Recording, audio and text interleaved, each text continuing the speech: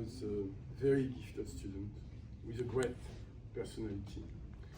I had the honor to be an instructor in 3 advanced level French classes. She received 3 A's. One of those classes was in Paris. Where Penelope really was shining was in her capabilities to make a class or a group of people better. In class, she was engaged and quick to participate. In the first classes I taught her, she showed an interest in French and Francophone politics and topics such as populism, consequences of French colonial history. She gave well-researched, well-delivered presentations on these topics and submitted excellent and well-written papers. I was happy to recommend her for an internship at the Carter Center. She was a data and analysis intern on the Syria conflict resolution project there.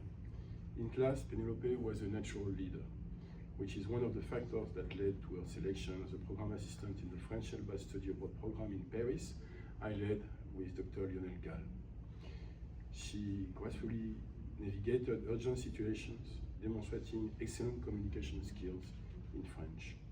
The last great paper I read from her in December of 2023 was on absurdism and dehumanization in a movie. She was sick and got upsetting news that semester, but she was still able to complete her work. I miss her and often think about her and how brave she was. I'm happy to see that she received this award.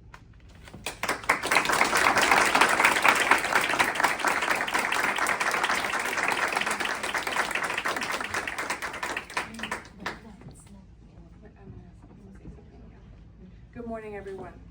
I've known Penelope since she started at Georgia Tech. Her first semester in 2020 was also my first semester.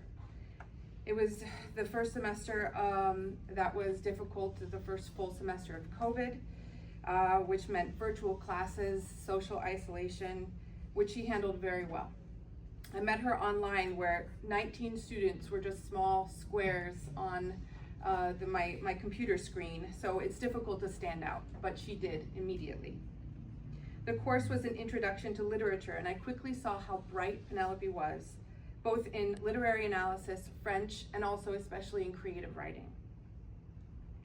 I went back and looked at her first assignments and was struck by the poetry of her final project, which was a pastiche of Annie Ernaux's Journal du Dor, which is a series of observations about spaces that you don't often consider: metros, bus stops, the sidewalk, supermarkets. And she was inspired by those observations by the Nobel Prize laureate. And she went out and took photos and wrote short essays and poetry on these spaces. Her writing was poetic, her observations were sharp and intelligent. I also taught her for our undergraduate capstone course last spring. She presented and was present in almost every class despite her illness. She presented on the French Revolution, using humor to write about the guillotine, the fall of the monarchy, and Robespierre. I have a very fond memory, in fact, in this classroom, of us playing cards together, and she helped explain some very complicated French card games to the rest of her classmates. I have beautiful photos I can also share. She had a wonderful way of looking at the world. She had a wry sense of humor. She lifted others up, and she always made people feel seen and heard. She had a funny way of seeing things, and I hope that we take that humor with us as we move on in the world. As we often rush past beautiful details, she didn't, and I think we can learn from that. To Penelope's family, and especially to her mother, thank you for sharing her with us.